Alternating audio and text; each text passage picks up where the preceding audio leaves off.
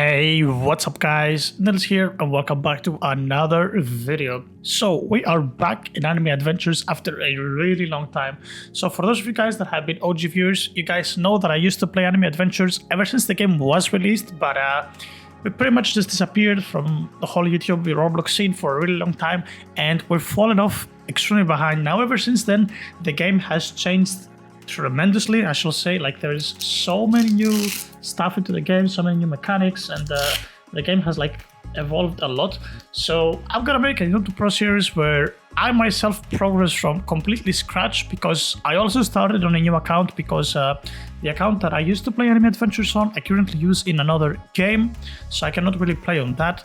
But anyway, so let's jump into the game. Now, first things first guys, if you're just starting off the game, you're gonna start with 150 gems, as you guys can see. This is a brand new account and we're gonna claim 60 more gems from the daily gems. Now, the first thing that you wanna do as soon as you enter the game, you wanna go here, you're gonna over to the left side and you have this codes section right here. Now, there is a couple of codes which you can use. I will also label them in the screen right now so you guys can see them. Now, first of all, every update has its own code. We're gonna start with code hero. This is the code from the current update.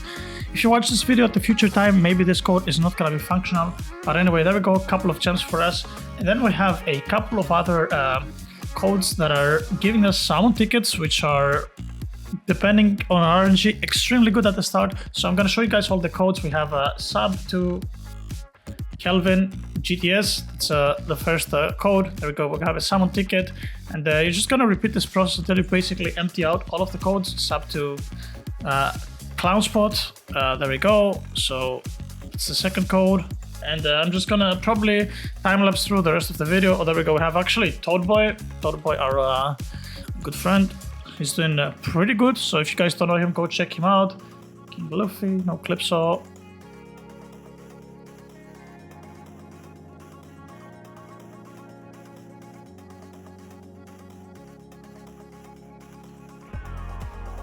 Alright guys, so that should be every code. Now, what we have at our disposal, check is there any quest daily to claim? Yeah, there we go. I have 20 extra gems from this, and I think that's pretty much it. So what do we have? We have 9 tickets at our disposal and we have 730 gems. Now, the first things that you're going to be doing is you have to start from story mode, right? You have to start progressing through the story. Now, depending on your luck here, you kind of want to go ahead and try to summon and try to get like a decent, like legendary unit. We don't have enough for the pity, so I think you can just go ahead and do the proper like summon. You don't even like have to do the starter banner. Now, this unit, I know him from back in the day. It's called Kizao. It's not really that great. This epic here, Jotaro, is kinda decent, but I think we're just gonna send it on the special banner, because why not? And the goal, guys, here is to try and get ourselves a legendary unit. If you get a legendary unit, it's gonna help you progress through the story a lot easier. Like, it's just gonna be a lot easier. And if you're lucky enough to get a mythical, you're just gonna breeze through pretty much halfway through the story at least. So depending on your luck, at the beginning, the game is gonna get harder or easier. So let's get through our summons and let's see at the end what we have.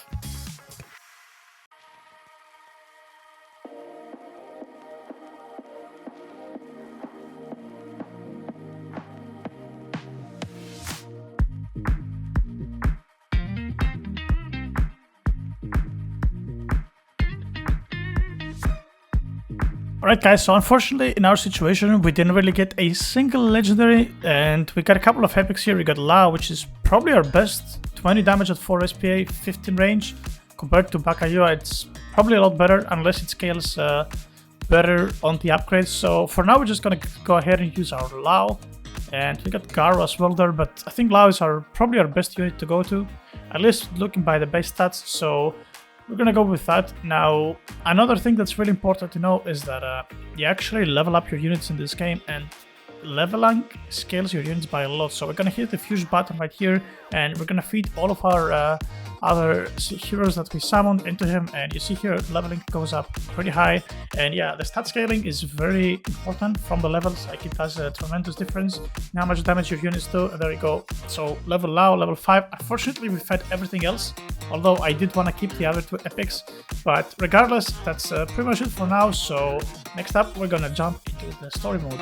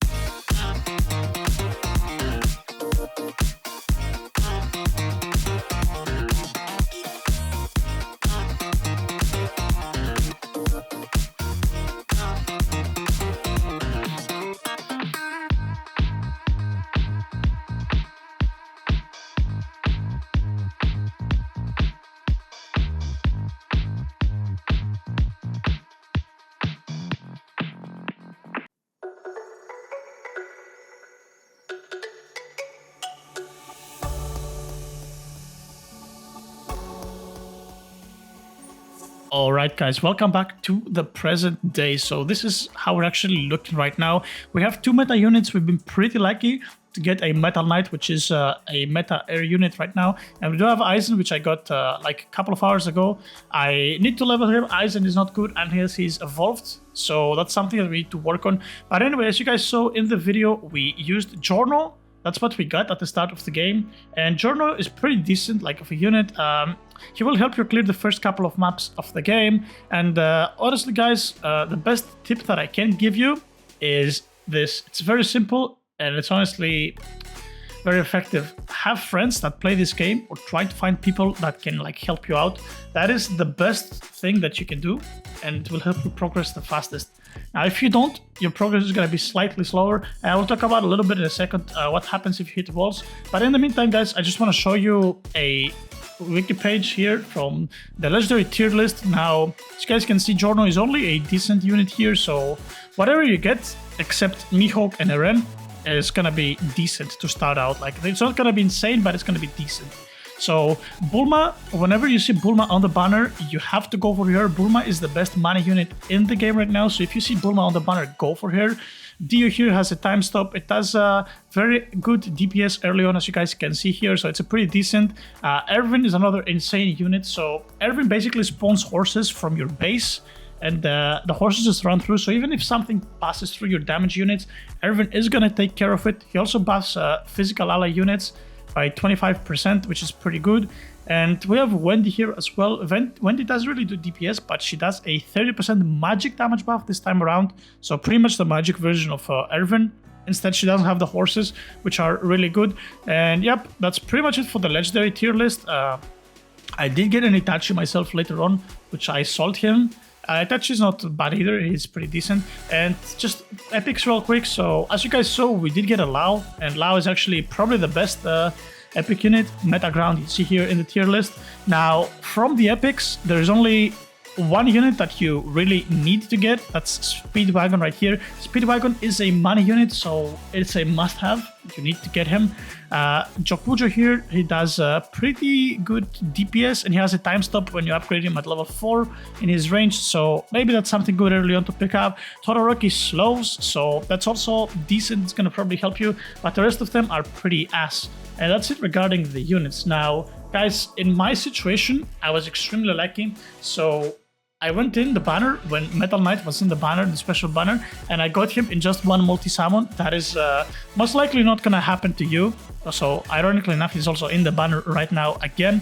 And I did end up getting him, which put me on very far ahead early on. Like, I could pretty much solo the entire story with Metal Knight. I'm currently at the last map of the story. I haven't done it quite yet, but that's where I am right now. So pretty much I'll show you guys, I'll tell you which worlds like gave me a little bit of an issue. So Magic Town has those shield units that might give you a little bit of trouble, or was it Clover? I'm not sure. I think it was Clover actually. Cape is actually a very hard story. You might need help here. Like, I needed help on 5 and 6 because I don't have a slow unit to slow the units down for me. That's why I said Todoroki is good if you get him early on. And Alien Spaceship, I haven't done it yet, but people tell me that it's a pretty easy story mode. So anyway, let's assume that you play alone and you didn't get mythicals, you didn't get good legendaries, which means that you're going to be a little bit slower on your pace of the game. Now, what happens if you get stuck in a story and you cannot progress further?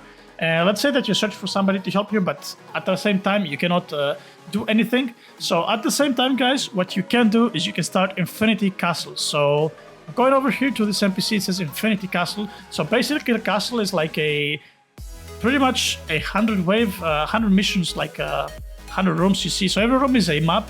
Now, it starts on pretty much like a story. So room 1 to 5 is the first map. It's gonna be Namek. It's gonna be extremely easy. Then we go to Titan, etc. So that's like Titan.